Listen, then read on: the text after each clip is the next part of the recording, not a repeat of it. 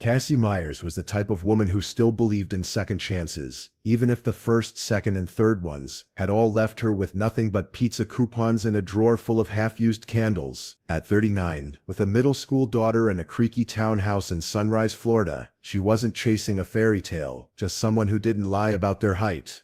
Then came the ad, America's Most Eligible Millionaires, verified, vetted, and waiting for you. Apply for free. It blinked across her phone screen at 3 a.m., somewhere between her second glass of Chardonnay and her ninth rejection on a regular dating app. Her thumb hovered for a second and clicked. It was called Cura Love Concierge. No bios, no swiping, just elite match curators, beautiful aesthetics, and a smiling support agent named Marissa, who talked like a spiritual therapist but billed like a lawyer. The sign-up was indeed free, but a week later, Cassie received a friendly call. "Hi Cassie, you've been pre-selected for our gold compatibility tier. We just need a high-resolution portfolio for our private client base. Don't worry, it's only $49 for our in-house photographer. You'll love this. You'll look radiant." Desperate for something real, Cassie said yes. She drove to an overpriced studio in Coral Gables and posed in 3 outfits she'd never worn before. Authentic but aspirational, the photographer said, adjusting her chin like she was a Macy's mannequin. Weeks passed, no matches. Then one. Greg, 42, yacht consultant, works remotely. He messaged in complete sentences, used punctuation, even asked about her day. It was rare. Too rare. Their first video chat felt like a scene from a commercial. Perfect lighting. Perfect banter. He laughed exactly when she laughed, but when she mentioned a childhood story one she'd never told anyone online, he said, "Right, the kite accident with your uncle, that must have been tough." Cassie froze. How did he know that? She brushed it off. Maybe she'd blogged about it once, maybe he was just intuitive. Maybe she wanted it to be fine so badly she'd believe anything.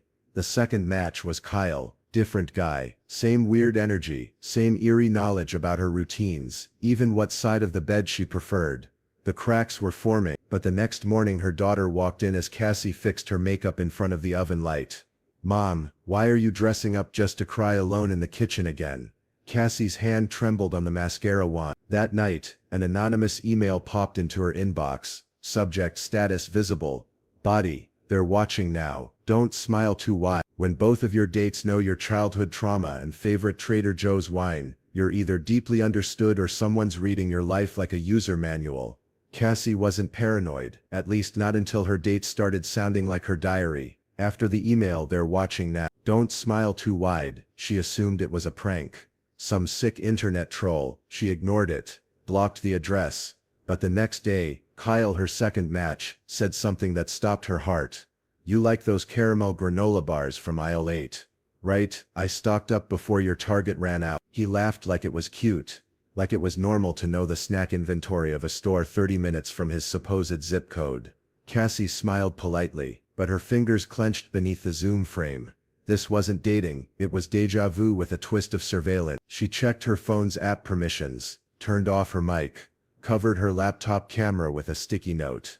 But somehow they still knew things. Private things. The kind you only think, not say.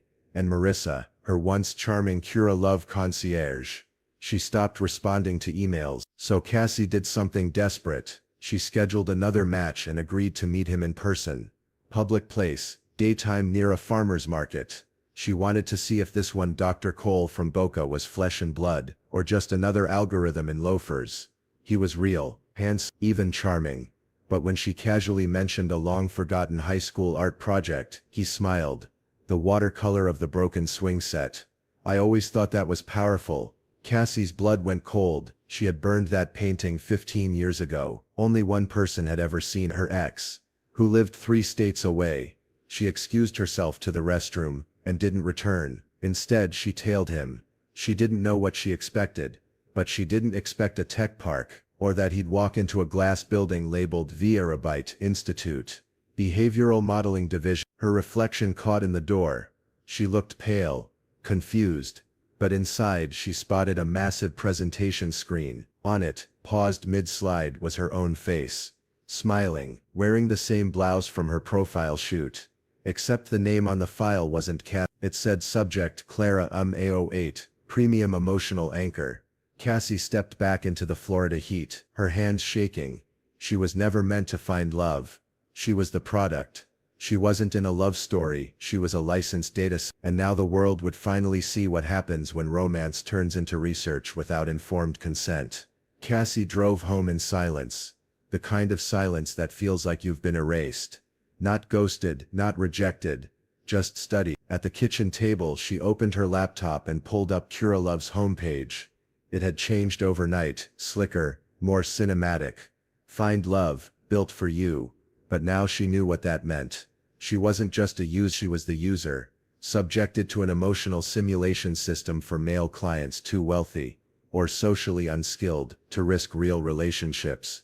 Kira Love had licensed her personality, her speech patterns, even her quirks. The men she had dated weren't creeps. They were beta testers. Cassie clicked the tiny legal tab at the bottom of the screen. Buried in the user agreement, next to photo usage rights and AI enhancement clause, were phrases like behavioral replication allowed under premium mode 2. Digital likeness may be used for match scenario training purposes. Client acknowledges waiver of emotional authenticity. She felt sick and angry, but mostly she felt awake. Over the next week, Cassie went full Shirley. She cross-referenced tech staff, LinkedIn's, pulled WHOIS records on Kira Love's domains.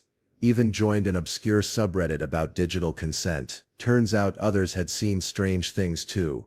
A user in Austin claimed his AI girlfriend mentioned a scar he never told the app about. Another in Seattle noticed his match cried the exact same way in 2 different conversations. Cassie drafted a tell-all blog post. Then she made a video. Just her sitting in her living room, holding up a printout of her own premium anchor file. Her voice cracked, but it was steady. I joined for companionship. I got commodified, and I'm not the only one. The video exploded. Within days, hashtags trended. Kira Love exposed. I am not an anchor. Consent is not optional. The company released a cold corporate statement. We value our users and will review our protocols. But the lawsuits came faster than the PR team could type. Kira Love went dark within a month. And Cassie, she moved on, got therapy, deleted every dating app, spent more time with her daughter, more time just being real. But one evening, as she planted basil in the backyard, a knock came at the door. A man stood there, slightly awkward, holding a cup of coffee and a library book. Hi. I found your blog. I think what you did was brave. I thought maybe you might want to talk. Like actually talk. Cassie stared. No curated match. No behavioral file. No algorithm. Just someone who showed up, on his own. She opened the